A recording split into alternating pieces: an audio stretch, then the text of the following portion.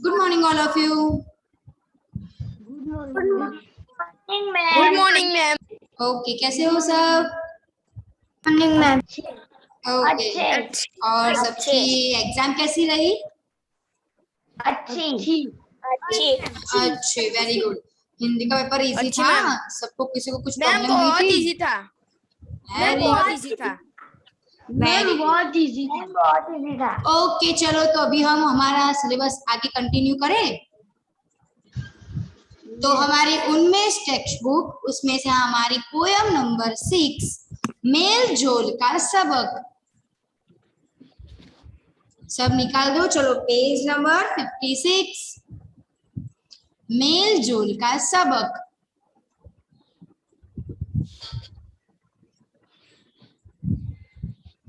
निकाली सबने?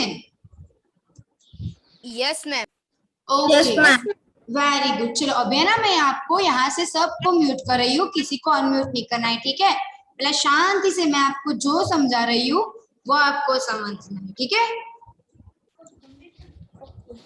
ओके, ये है हमारी एक पोयम, मेल जोल का सबक। मेल जोल यानी कि सब एक साथ, एकजुट, एक साथ होके रहना। जैसे वैसे तो हमें यहाँ पे पोयम दी गई है, पर ये हमें स्टोरी की हम भी देख सकते हैं, स्टोरी की जैसे भी हम देख सकते हैं। तो मैं आपको यही पोयम स्टोरी में बताती हूँ, ठीक है? सब ध्यान से सुनना। ये पोयम मैं आपको पूरी की पूरी स्टोरी दिखा के बोलती हूँ, ओके? तो एक गांव था, उस गांव में एक किसान रहता था। उसके कितने बेटे थे? 4 बेटे थे। कितने? 4 बेटे थे। पर ऐसा था कि वो चारों बेटों में कोई भी प्यार सम्मान कुछ भी नहीं था। वो बस पूरा दिन एकदम झगड़ा कर ही करते थे पूरा दिन। कभी भी ऐसा नहीं बनता था कि वो चारों भाई एक साथ बैठकर शांति से बात करे या फिर शांति से कुछ काम करे। कभी भी ऐसा होता नहीं था। बस कोई एक दूसरे की टांग खींचता रहता था, किसी पे गुस्सा, किसी की टांग खींचना, बस यही चलता था। तो किसान बेचारा बहुत चिंता करता था। अभी आप ही होते हो घर पे, तो आप 2 भाई बहन होते हो, तो मम्मा और पापा को क्या सिखाते कि बेटा भाई बहन को झगड़ना नहीं चाहिए, प्यार से रहना चाहिए, ऐसे सिखाते हैं ना। 2 भाई भाई होते या फिर 2 बहन बहन होते या फिर दोनों भाई बहन होते, तभी हमारे मम्मी पापा हमें ऐसे ही सिखाते कि हमें एक आपस में झगड़े करने नहीं चाहिए, प्यार से रहना चाहिए। तो किसान ने भी बहुत ट्राई किया बच्चों को समझाने का, पर वो कभी भी समझते नहीं थे। बस झगड़ा कर करते थे। फिर बहुत दिनों के बाद किसान बहुत बीमार हो गया। वो एकदम बीमार हो गया और वो पूरा दिन आराम करता रहता था, इतना वो बीमार हो गया। पर उसे पूरा दिन बस एक ही चिंता खाए जाती थी कि मेरे बच्चे कब एक दूसरे के साथ प्यार से रहेंगे। बस यही चिंता बूढ़े को खाए जाती थी। पूरा दिन वो ऐसी चिंता करता रहता था कि मेरे बच्चे कब प्यार से रहेंगे, कैसे रहेंगे, कब रहेंगे। तो वो पूरा दिन ऐसी चिंता करता रहता था। एक दिन उसे अचानक से कुछ सूझा, तो उसने क्या किया पता है? कि उसके चारों बेटों को अपने पास बुला दिया कि तुम चारों मेरे पास आओ, मुझे तुम चारों का कुछ काम है। तो ठीक है, सब चारों भाई उनके पास आ गए, उनके सामने आ गए। फिर बूढ़े किसान ने क्या किया पता है आपको? एक लकड़ी दी उनको, एक लकड़ी, इसे अलग अलग 4 लकड़ियां चारों भाइयों को दी। क्या दी? एक ऐसी, एक जैसी ही लकड़ी उसने क्या किया? चारों भाइयों को दी कि ये भाई तू ले, बड़े वाले को, दूसरे को, तीसरे को और चौथे को, चारों को एक एक लकड़ी दी। और फिर क्या बोला कि अभी इसे आप तोड़ दो। तो अभी आपको एक छोटी सी लकड़ी दी जाए, आप क्या कर सकते हो? आसानी से तोड़ सकते हो। तो वैसे ही चारों भाइयों ने एक एक करके फटाक से लकड़ी को तोड़ दिया। तो फिर वो बोलने लगे, पिताजी ये तो बहुत आसान था, हमने तोड़ दिया, उसमें क्या है? तो उसका पिताजी बोले, किसान बोला ठीक है चलो तुमने तोड़ दिया ना, ओके, अभी मैं आपको बहुत सारी लकड़ी का गट्ठर, यानी कि एक जैसी लकड़ी बहुत सारी, आपको पता है ना बहुत सारी लकड़ियों का गट्ठर होता है, तो वो गट्ठर दिया। एक गट्टर दिया और बड़े बेटे को बोला कि चल तू ये मुझे ऐसे ही तोड़ के दिखा। तो उसने बहुत ट्राई किया, पैरों से तोड़ने का, हाथ से तोड़ने का बहुत ट्राई किया, पर वो गट्टर इतना ज्यादा था कि वो तोड़ नहीं पाया। फिर परेशान होकर वही गट्टर उसने दूसरे भाई को दिया, तो उसने भी बहुत ट्राई किया, पर वो भी उसे नहीं तोड़ पाया। तीसरे ने ट्राई किया, तो तीसरे ने भी बहुत ट्राई किया, वो भी नहीं तोड़ पाया। चौथे ने दिया तो वो भी नहीं तोड़ पाया। ऐसे कर वो पूरा गट्ठर कोई तोड़ पाया नहीं। फिर उसके पिताजी ने उसे समझाया कि देखो बेटा, मैंने आपको एक एक लकड़ी दी तो आपने क्या किया, आसानी से तोड़ दी। एक लकड़ी को आपने आसानी से तोड़ दिया, पर पूरे लकड़ी को, गट्ठर को आप तोड़ नहीं पाए। तो आपको कुछ समझ आया? उसने अपने बेटों से पूछा, तभी वो उसके बेटे बोले कि हाँ पिताजी, हमें सब कुछ समझ आ गया। आप अकेले हो तो आपको कोई भी तोड़ सकता है, आपको कोई भी परेशान कर सकता है, पर आप सब एक साथ हो, एकजुट हो, तो आपको कोई भी नहीं तोड़ सकता। यही बात बूढ़े किसान ने अपने बेटों को समझाई। फिर चारों बेटे समझ गए। चारों बेटों ने अपने पिताजी से माफी मांगी कि पिताजी, आज से हमसे ये इतने टाइम से जो हो रहा था वो हमारी गलती थी, हमारी भूल थी, उसे हमें माफ कर दीजिए, और आज के बाद हम सभी प्यार से और एक दूसरे का सम्मान करके रहेंगे। और बेटो बच्चों, कभी भी ये हम सबको भी सीखना है। आप दो भाई हो तो आप दो भाई एकदम प्यार से रहो। अभी आप एक ही स्कूल में पढ़ते हो तो कुछ हो जाए तो आप बोलते नहीं मेरा भाई है, ये क्या हुआ, मेरी बहन है, ये क्या हुआ। और हर जगह हमें एकजुट होके रहना चाहिए। हम एकजुट होके रहेंगे तो कोई हमें तोड़ नहीं पाएगा।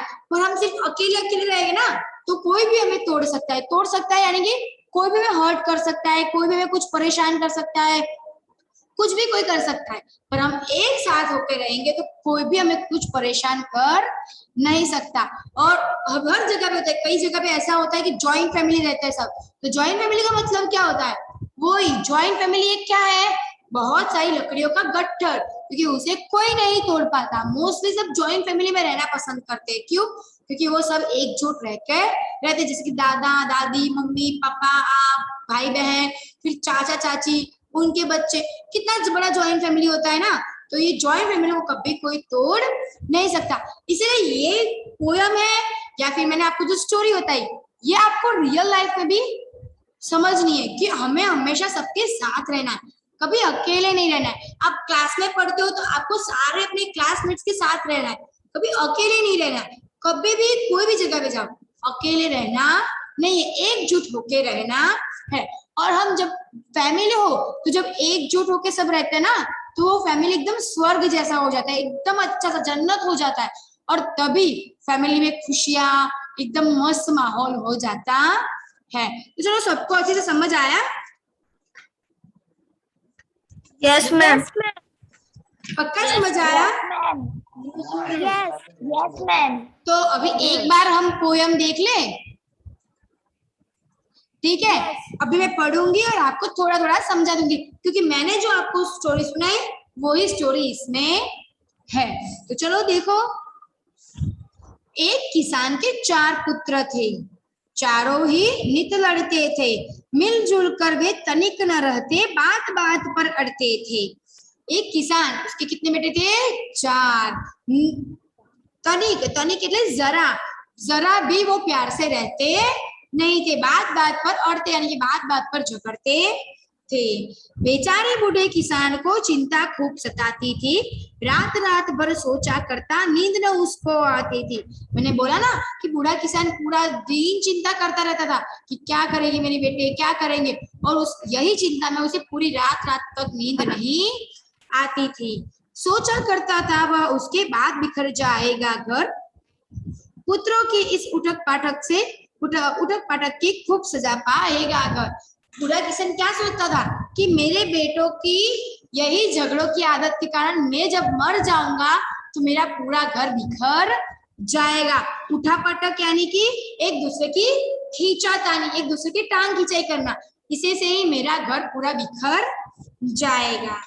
एक दिवस बीमार पड़ा हुआ उसने सबको बुलवाया, फिर चारों के पास रखा, एक छोटा गट्ठर दिखलाया। फिर उसने क्या किया, इसमें क्या है, पहले गट्ठर दिया फिर एक लकड़ी दी। तो क्या हुआ कि एक दिन वो बीमार हो गया और फिर उसने क्या किया, अपने 4 बेटों को अपने पास बुलाया और एक लकड़ी का गट्ठर यानी कि बहुत सारी लकड़ियों का मंच उनको दिखाया। पास बुलाकर कहा बड़े से, बेटा तोड़ जरा इसको। बहुत लगाया जोर, बड़े ने तोड़ नहीं पाया उसको। फिर उसने बड़े बेटे को कहा कि ये तू तोड़ के मुझे दिखा लकड़ी का गट्ठर। तो उसने बहुत जोर लगाया पर आपको पता है ना वो क्या नहीं कर पाया, उसे तोड़ नहीं पाया। बारी बारी से चारों ने जमकर जोर लगाया था, गट्ठर को कोई भी बेटा तोड़ नहीं पर पाया था। बारी बारी चारों बेटों ने क्या किया था, उसे तोड़ने का ट्राई किया पर एक भी बेटा उसे नहीं तोड़ पाया था। चलो पीछे देखो।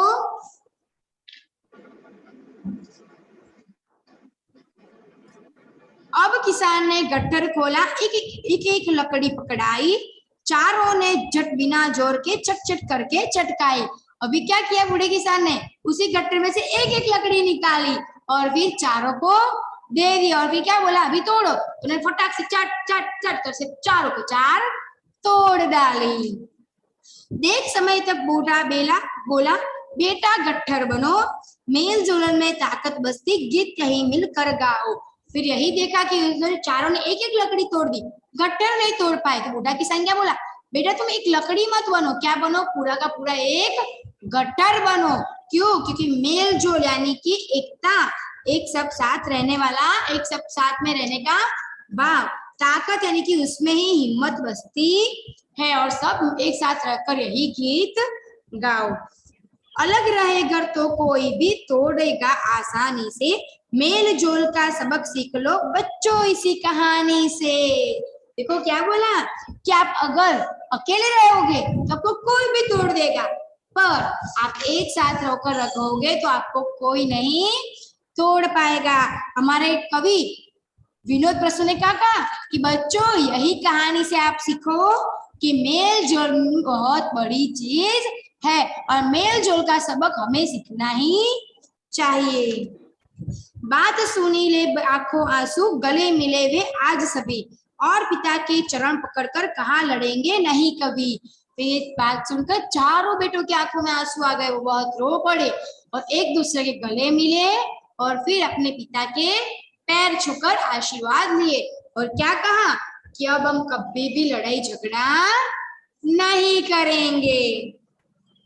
बहुत प्रफुल्लित पिता हुआ, अब नव जीवन उसने पाया, मेल जोल भाईचारे से उसका घर भर मुस्काया।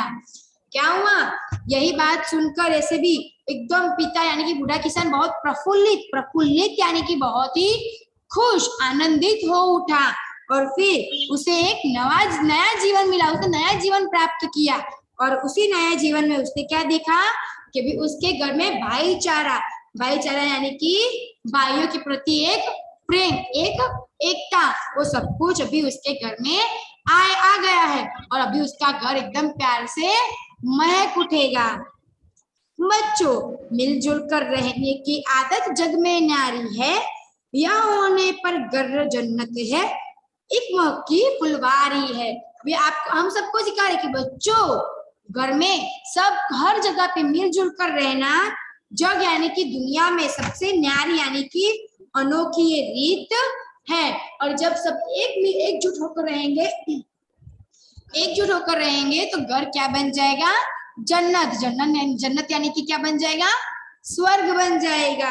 और एक महकी फुलवारी यानी कि एकदम फूलों से महक उठा बगीचा वो बन जाएगा। चलो समझ आई ये पोयम?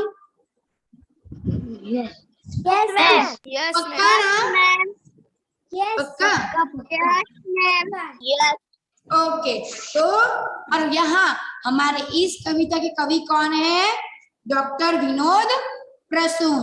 ओके, अभी मेरी बात ध्यान से सुनो, आप सबको अपनी नोटबुक में चैप्टर का टाइटल लगाकर शब्द पिटारा लिखना है। ओके, और फिर हम न्यू चैप्टर शुरू करने से पहले मैं कल आप सबको ये वाले शॉर्ट क्वेश्चन आंसर और पीछे है ट्रू फॉल्स, ये आपको पूछने वाली हूँ। Okay, Okay, ma'am. ठीक है? Okay, ma'am.